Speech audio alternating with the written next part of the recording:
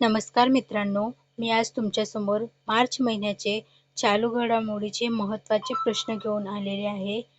हे व्हिडिओ तुम्हाला कसे वाटले हे नक्की कमेंट करून सांगा आणि व्हिडिओ आवडल्यास व्हिडिओला लाईक, शेअर आणि सबस्क्राईब करा. चला तर मग आजच्या चालू घडामोडीचे प्रश्न बघूया.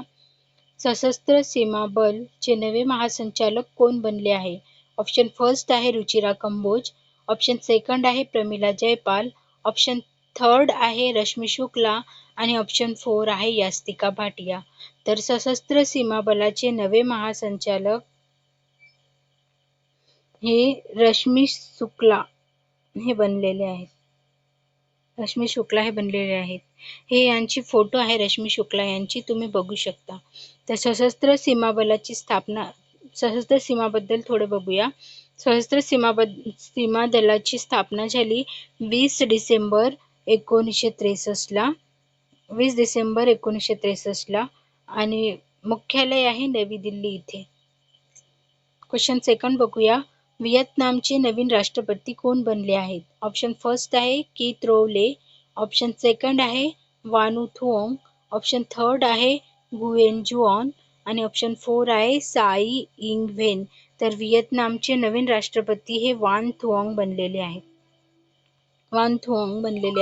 आणि व्हिएतनामची राजधानी ही काय आहे? हनोई आहे. व्हिएतनामची करन्सी व्हिएतनामी दोंग आणि व्हिएतनामचे पंतप्रधान हे कोण आहेत? फॉम मिन चिन्ह. जेही नवीन राष्ट्रपती आणि पंतप्रधान बनले आहेत ते तुम्ही लक्षात ठेवा, कारण ही कोणत्याही कॉम्पिटिटिव्ह एक्झाममध्ये विचारलं जाते. चला तर मग थर्ड क्वेश्चन बघूया. जागतिक वन्यजीव दिवस 2024, वर्ल्ड वाईल्ड लाईफ डे 2024 कधी साजरा केला गेला? ऑप्शन फर्स्ट आहे 1 मार्च, सेकंड आहे 4 मार्च, थर्ड आहे 2 मार्च, फोर्थ आहे 3 मार्च. तर जागतिक वन्यजीव दिवस हे नेहमी 3 मार्चला साजरा केला जातो. जागतिक वन्यजीव दिवसाची थीम काय आहे? तर थीम आहे पार्टनरशिप फॉर वाईल्ड लाईफ.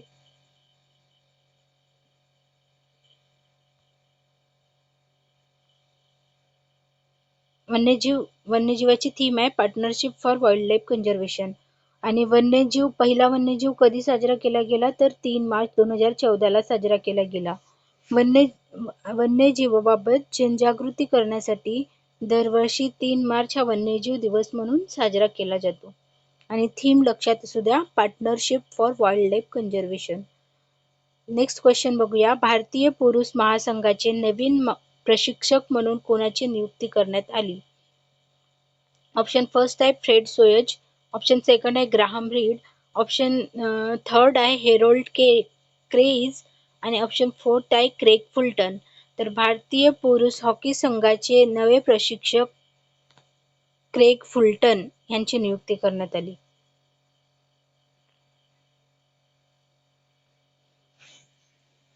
आणि हॉकी इंडियाची स्थापना कधी झाली? तर हॉकी इंडियाची स्थापना झाली 2009 ला आणि मुख्यालय हॉकी इंडियाचे हे नवी दिल्लीला आहे. आणि हॉकी इंडियाचे अध्यक्ष कोण आहेत? तर दिलीप तिर्की आहेत.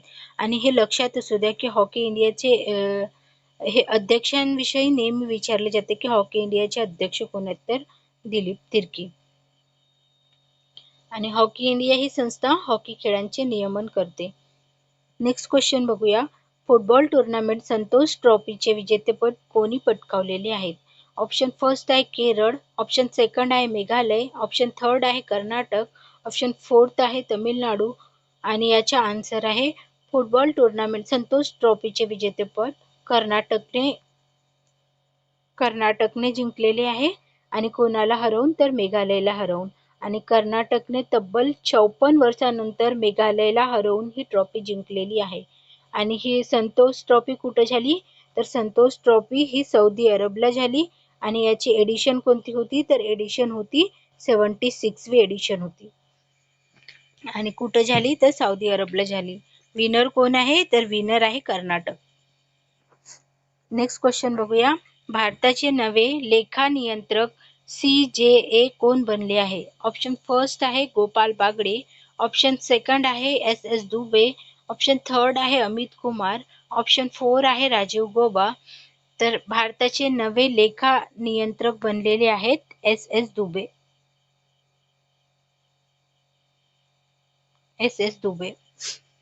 आणि सीजीएचा फुल फॉर्म काय आहे, तर सीजीएचा फुल फॉर्म आहे कंट्रोलर जनरल ऑफ अकाउंट.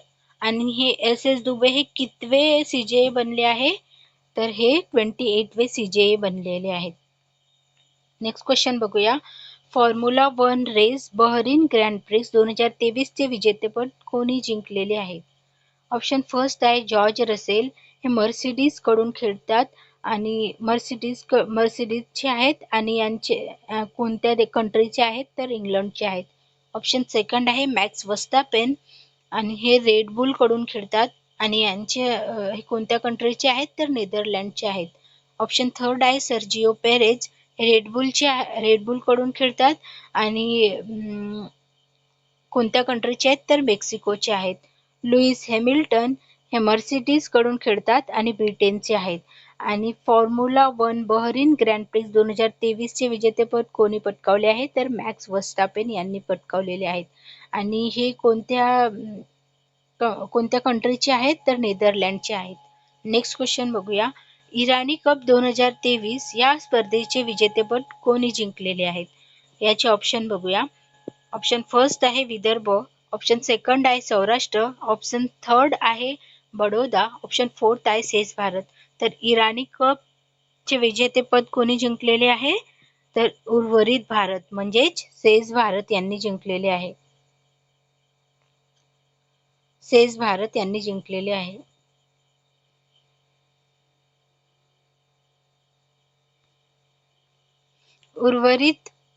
उर्वरित भारताने आणि कोणाला हरवून, तर मध्य प्रदेशला हरवून इराणी चषक 2023 चे विजेतेपद पटकावलेले आहे. मग नेक्स्ट क्वेश्चन बघूया. नागालँडचे 5व्यांदा मुख्यमंत्री कोण बनलेले आहेत? तर ऑप्शन फर्स्ट आहे भूपेश बघेल. ऑप्शन सेकंड आहे पेमा खांडू. ऑप्शन थर्ड आहे रेपुरिओ. ऑप्शन फोर्थ आहे एन रंगास्वामी. ही इमेज बघूया. ही इमेज बघा. हे नागालँडच्या सीएम ची आहे आणि त्यांचं नाव आहे नेप्युरिओ. ही त्यांची इमेज आहे. नागालँड बद्दल बघूया. नागालँडची स्थापना झाली 1 डिसेंबर 1963 ला. नागालँडची राजधानी आहे कोहिमा.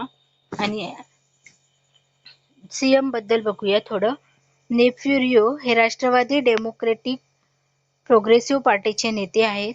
नॅशनल डेमोक्रेटिक प्रोग्रेसिव्ह पार्टीने 25 जागा जिंकलेल्या आहेत. म्हणजे जे इलेक्शन झाले त्यांच्यामध्ये नॅशनल डेमोक्रेटिक प्रोग्रेसिव्ह पार्टीने 25 जागा जिंकल्या होत्या. आणि हे नेप्युरिओ हे राष्ट्रवादी डेमोक्रेटिक प्रोग्रेसिव्ह पार्टीचे नेते आहेत. नेक्स्ट क्वेश्चन बघूया. आंतरराष्ट्रीय महिला दिवस 2024 कधी साजरा करण्यात आला? ऑप्शन फर्स्ट आहे 7 मार्च. ऑप्शन सेकंड आहे 16 मार्च. ऑप्शन थर्ड आहे 8 मार्च. ऑप्शन फोर्थ आहे 20 मार्च. तर हे तर सगळ्यांनाच माहित आहे की आंतरराष्ट्रीय महिला दिवस हे 8 मार्चला साजरा केला जातो. आणि आंतरराष्ट्रीय महिला दिवसाची थीम काय होती ते बघूया. आंतरराष्ट्रीय महिला दिनाची थीम होती innovation and technology for gender equality. Next question बघूया. कोणत्या भारतीय अभिनेत्रीला ऑस्कर समारंभ 2023 मध्ये पुरस्कार देण्यासाठी आमंत्रित करण्यात आले होते? ऑप्शन फर्स्ट आहे आलिया भट्ट. ऑप्शन सेकंड आहे करीना कपूर. ऑप्शन थर्ड आहे दीपिका पादुकोण. ऑप्शन फोर्थ आहे कॅटरीना कैफ. तर ऑस्कर समारंभामध्ये पुरस्कार देण्यासाठी दीपिका पादुकोण यांना आमंत्रित करण्यात आले होते. नेक्स्ट क्वेश्चन बघूया. मंदिरातील धार्मिक कार्यासाठी रोबोट हत्ती समाविष्ट करणारे भारतातील पहिले राज्य कोणते? याचे ऑप्शन बघूया. आंध्र प्रदेश. सेकंड ऑप्शन आहे उत्तर प्रदेश. थर्ड आहे ओडिसा. फोर्थ आहे केरळ. तर मंदिरातील कार्यासाठी रोबोट हत्ती समाविष्ट करणारे भारतातील पहिले राज्य बनलेले आहे केरळ. बघूया थोडस. आणि केरळच्या कोणता डिस्ट आहे, तर त्रिशूल डिस्ट आहे. आणि केरळच्या त्रिशूळ जिल्हा वर्ल्डतील इंदिराजपल्ली श्रीकृष्ण मंदिर हे विधींसाठी यांत्रिक जीवनासारखा हत्ती वापरणारे देशातील पहिले मंदिर ठरलेले आहे. यांत्रिक हत्ती वापरणारे कोण आहे? केरळ. केरळच्या डिस्ट कोणता आहे, तर त्रिशूळ डिस्ट. त्रिशूर डिस्ट आणि मंदिर कोणतं आहे तर इरिजतपल्ली कृष्ण मंदिर. म्हणजे यात पंडितची काही आवश्यकता नाही असं सांगण्यात येईल. नेक्स्ट क्वेश्चन बघूया. सस्टेनेबल डेव्हलपमेंट समिट 2023 कुठे आयोजित करण्यात आली होती? ऑप्शन फर्स्ट आहे जकार्ता इंडोनेशिया, ऑप्शन सेकंड आहे नवी दिल्ली भारत, ऑप्शन थर्ड आहे कोपनहेगन डेन्मार्क, ऑप्शन फोर्थ आहे ग्लासगो स्कॉटलँड. तर सस्टेनेबल डेव्हलपमेंट समिट 2023 ही नवी दिल्ली भारतामध्ये आयोजित करण्यात आली होती. वर्ल्ड सस्टेनेबल डेव्हलपमेंट समिट 2023 हा ऊर्जा आणि संसाधन संस्थेचा प्रमुख वार्षिक कार्यक्रम आहे आणि याची एडिशन कोणती होती तर 22वी एडिशन होती वर्ल्ड सस्टेनेबल डेव्हलपमेंट समिटची. नेक्स्ट क्वेश्चन बघूया. मुंबईमध्ये आयोजित करण्यात आलेले लॉजिस्टिक्स इंडिया 2024 परिषदेचे उद्घाटन कोणाच्या हस्ते करण्यात आले आहे? ऑप्शन फर्स्ट आहे एकनाथ शिंदे, ऑप्शन सेकंड आहे उद्धव ठाकरे, ऑप्शन सी आहे शरद पवार, ऑप्शन डी आहे रमेश बैस. तर मुंबईमध्ये आयोजित करण्यात आलेल्या लॉजिस्टिक्स इंडिया 2024 परिषदेचे उद्घाटन हे रमेश बैस यांच्या हस्ते करण्यात आले. आणि रमेश बैस हे कोण आहेत तर गव्हर्नर आहेत म्हणजेच राज्यपाल आहेत महाराष्ट्राचे. नेक्स्ट क्वेश्चन बघूया. 56व्या पुरुष महिला राष्ट्रीय अजिंक्यपद खो खो स्पर्धा कुठे आयोजित करण्यात आल्या होत्या? ऑप्शन फर्स्ट आहे हैदराबाद, ऑप्शन सेकंड आहे कोलकाता, ऑप्शन थर्ड आहे पुणे, ऑप्शन फोर्थ आहे नाशिक. तर 56व्या पुरुष महिला राष्ट्रीय अजिंक्यपद खो खोच्या स्पर्धा ह्या पुणे इथे आयोजित करण्यात आल्या होत्या. क्वेश्चन सेकंड आहे नोएडा येथे पार पडलेल्या कनिष्ठ कुस्ती स्पर्धेत महाराष्ट्र राज्याने किती सुवर्ण पदके जिंकली?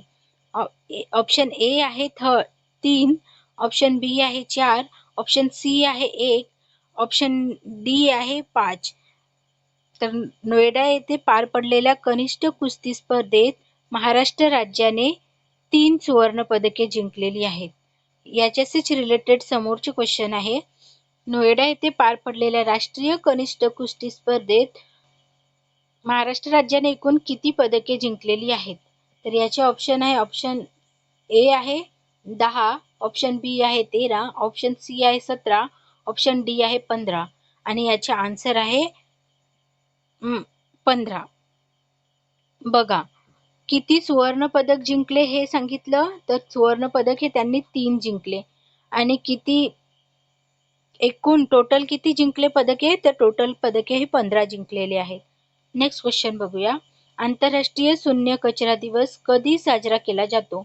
ऑप्शन ए आहे 31 मार्च, ऑप्शन बी आहे 28 मार्च, ऑप्शन सी आहे 30 मार्च, ऑप्शन डी आहे 29 मार्च. तर आंतरराष्ट्रीय शून्य कचरा दिवस हा 30 मार्चला साजरा केला जातो. 30 मार्चला साजरा केला जातो. नेक्स्ट क्वेश्चन बघूया.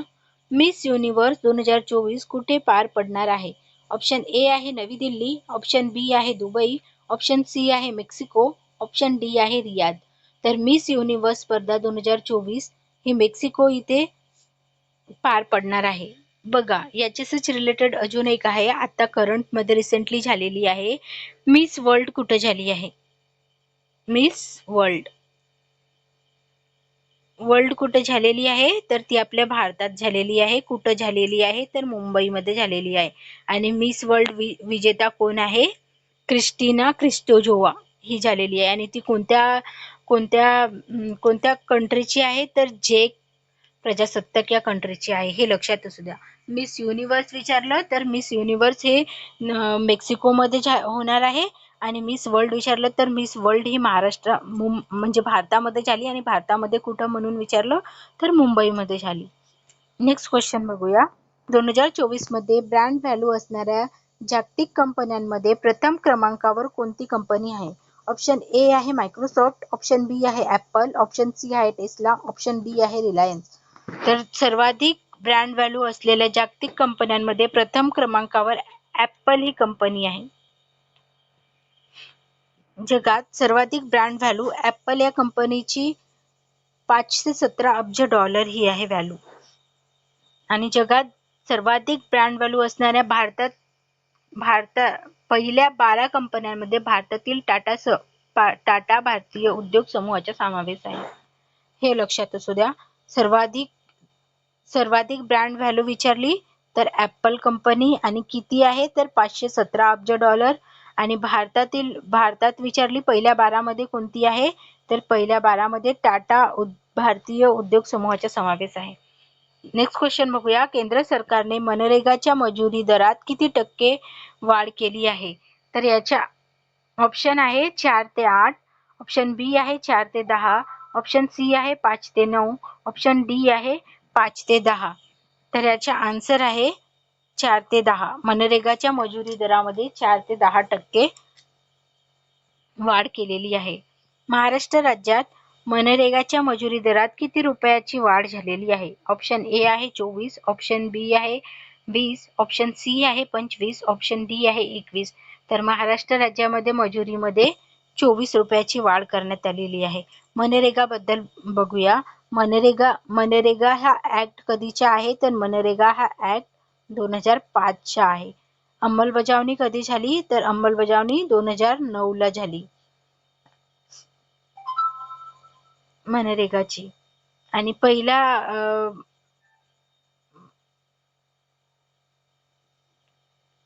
आणि मग याच्याच रिलेटेड अजून एक आहे. महाराष्ट्र राज्यामध्ये किती मजुरी दरामध्ये 24 रुपयांची वाढ झाली आणि एकूण मजुरी रेट किती आहे पर डेला किती मजुरी रेट आहे तर पर डेला 297 रुपये मजुरी मिळणार आहे. मग मनरेगा हा आता सध्या करंट न्यूज आहे, तर हा नक्की विचारणार. तर मनरेगा बद्दल सगळी इन्फॉर्मेशन आपण बघूया. देशामध्ये कोणत्या राज्यामध्ये मनरेगा अंतर्गत मजुरीचा दर सर्वाधिक आहे? हाही क्वेश्चन विचारला जाऊ शकतो आणि हा विचारलेला आहे डिफरंट एक्झाम मध्ये. तर याचा आन्सर आहे हरियाणामध्ये. आणि मजुरी रेट किती आहे? मजुरी रेट आहे 374 रुपीज. आणि मग जसा आपल्याला सर्वाधिक मजुरीचा दर माहित आहे हरियाणाचे आहे, तसंच सर्वात कमी आहे अरुणाचल प्रदेश, नागालँड या राज्यामध्ये आहे. आणि रेट किती आहे? 274 रुपये. आपल्याला महाराष्ट्राच्या माहित असू द्या. महाराष्ट्राच्या आहे 297 रुपीज. नेक्स्ट क्वेश्चन बघूया.